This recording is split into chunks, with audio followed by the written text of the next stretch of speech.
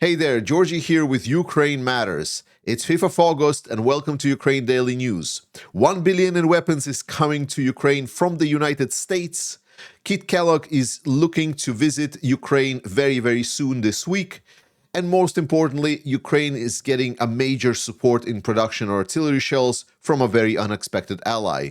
All this and more in today's show. And we start by looking at the Russian casualty figures for the last 24 hours. They have sustained 1,120 casualties in personnel, 2 tanks, 12 armored fighting vehicles, 28 artillery systems, 169 drones, 2 cruise missiles, and 93 various vehicles. Ukraine is continuing their dedicated campaign at taking out the Russian logistics networks in the areas close to the Ukrainian border.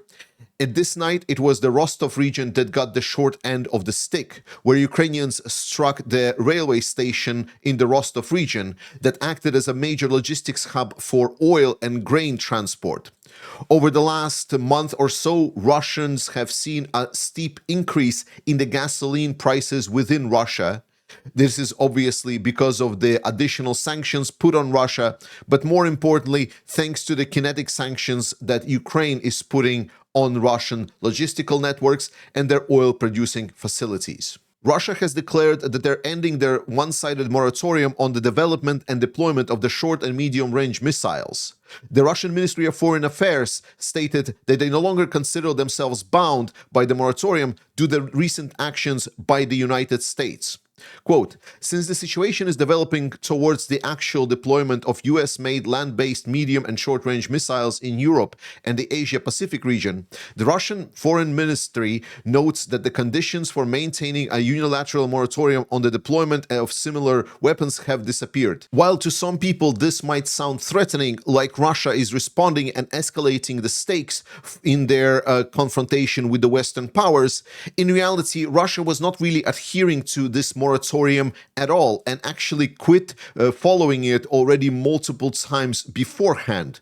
Most notably, the first time when they declared that they are exiting this moratorium on development and deployment of the short and medium-range missiles, they instantly presented some of the new versions of their missiles that they could be deploying. Therefore, the question that is obviously rising is, at what time were these new missiles actually developed? Since the development moratorium was also prohibiting the development of any kind of missiles altogether. Russia de facto was abandoning and not fulfilling any requirements of these contracts and agreements signed ever. Therefore, the well-known law that if the Russian mouth is moving, they are lying still stands. Austrian court allowed Ukrainian Naftogaz to seize 139 million in the Russian assets to cover the losses that Ukrainian Naftogaz is trying to get back due to the illegal seizure of the Naftogaz assets in Crimea worth over $5 billion. While the amount is relatively small, it is still worth celebrating, as this highlights that Ukraine is trying and able to find the ways on how to recover the damages that Russians has dealt with their illegal invasion into Ukrainian lands. But more importantly, this highlights the gradual move away of Austrian political and economic dependence on the Russian cooperation. We saw this in political statements coming from the Austrian government parties stating that they should not be looking for tighter cooperation with Russia, and also the recent claims by the Austria's foreign minister stating that there should be an honest and proper discussion on the possibility of Austria joining NATO. It is worth highlighting that no person in the world has done more towards NATO cohesion and strengthening than Vladimir Putin. Netherlands stated that they will be using the new procurement program proposed by the United States to purchase weapons for Ukraine to be delivered from the United States in total worth of $500 million.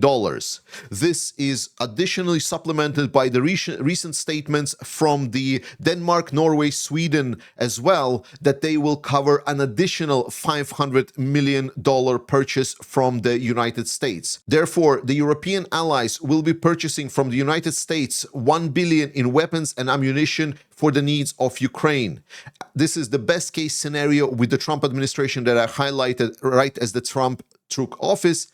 and I'm very happy to see that this is happening right now. Furthermore, the US Special Envoy is aiming to visit Kyiv this week to talk with President Zelensky and the government of Ukraine to see for how the cooperation between United States and Ukraine can go further.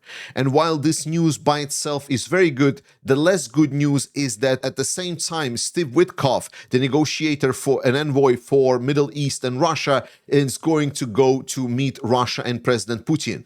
Steve Witkoff has been caught many times to parroting Russian propaganda and just repeating Putin's narratives. He's been shown in the video being a complete Putin's lapdog and has not really produced any kind of a reasonable and coherent results in anything that he has touched. Since then, any kind of cooperation with Russia has achieved zero results. He is not a good news, as he will only try to derail Trump's administration movement towards a more reasonable understanding of the war in Ukraine and support for Ukraine. That is the only way to stop this bloodshed. President Zelensky has announced that more Western fighter jets will be coming to Ukraine. In his recent statements, he stated that there is a big drive towards revamping the Ukrainian Air Force and making it more capable and deadly for the Russians. And he is looking forward to receiving more fighter jets coming from the Western allies. It is unclear whether he is referring to the fighter jets that will be coming from Belgium at the end of this year and at the start of the next year, or there's been additional discussions and cooperation options available for President Zelensky, potentially involving some of the Gripen fighter jets from Sweden. We will look forward to this, and I will keep you informed on the matters as they develop. Ukraine has now officially announced the formation of the Third Army Corps that has been speculated for a long time, and it was known that at some point the Third Army Corps will be formed. Now we know a little bit more about the brigades that will be making up the Third Army Corps and that will be following the new structure, and it's the 3rd Assault Brigade itself, 53rd Mechanized Brigade, 60th Mechanized Brigade, and 63rd Mechanized Brigade. The Army Corps reform has been a major step in the Ukrainian Defense Force organization, as Ukrainian forces lacked a lot of cohesion and cooperation on the front lines, following the formation of the temporary coordination units on the front line. Unfortunately, these temporary units have not been very efficient with the growing threat of the Russians. The Corps formation has shown to be a very successful step forward, and already existing Army Corps, even in early stages, have shown promising results, reducing the ability of Russians to advance in the directions where they have been deployed almost by 4 times. After the dispute between the Azerbaijani dictator Aliyev and the Russian dictator Putin, we've seen the relationships between Russia and Azerbaijan going to absolute smithereens, including the purge of some of the Russian propaganda networks within Azerbaijan, and Azerbaijan claiming that Ukraine should never surrender and should continue fighting the Russian onslaught.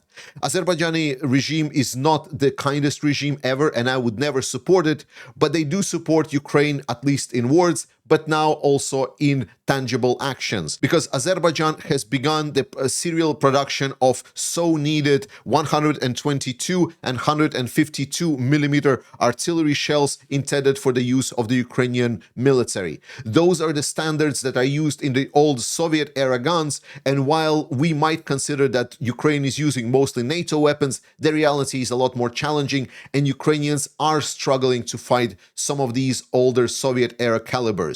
The supply of such shells will definitely boost up the capabilities of Ukrainians to fight and definitely strengthen the Ukrainian armed forces.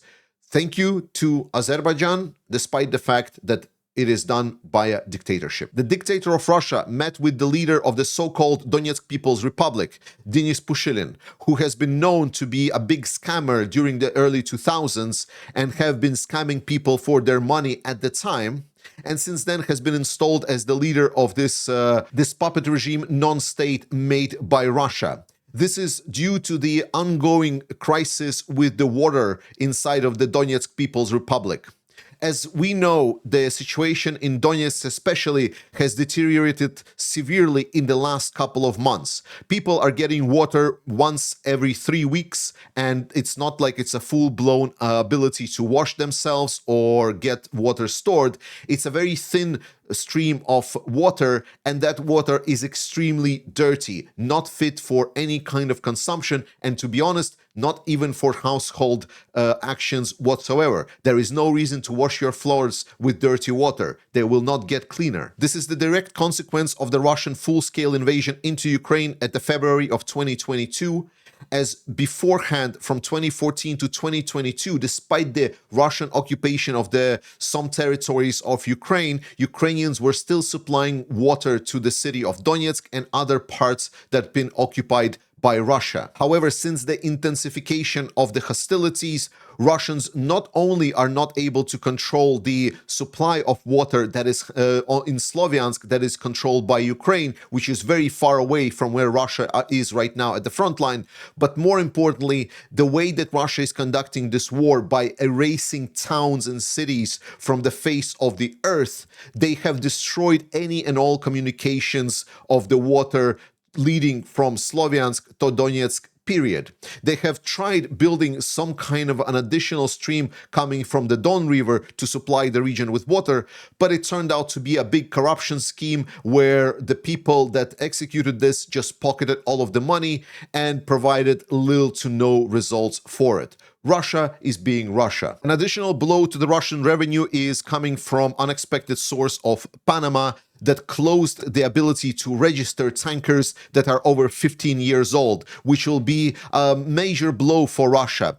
I would be expecting that Russians will find a way how to circumvent this restriction, and I'm pretty sure there is a lot of corrupt money that's going to be going into the pockets of the officials in Panama.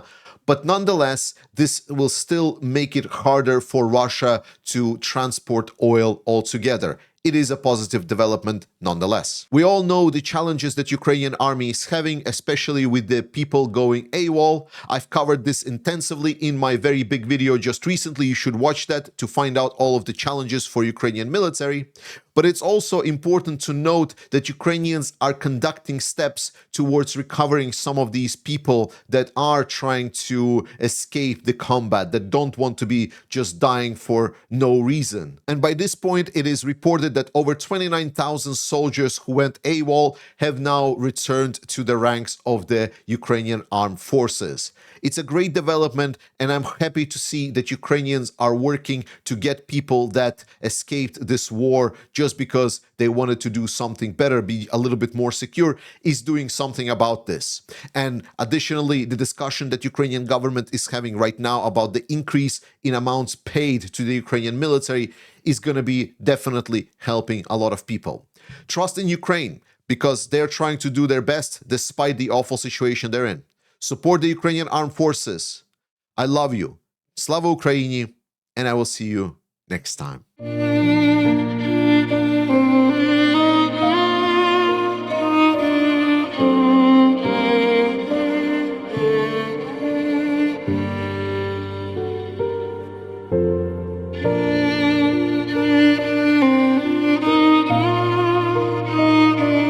Oh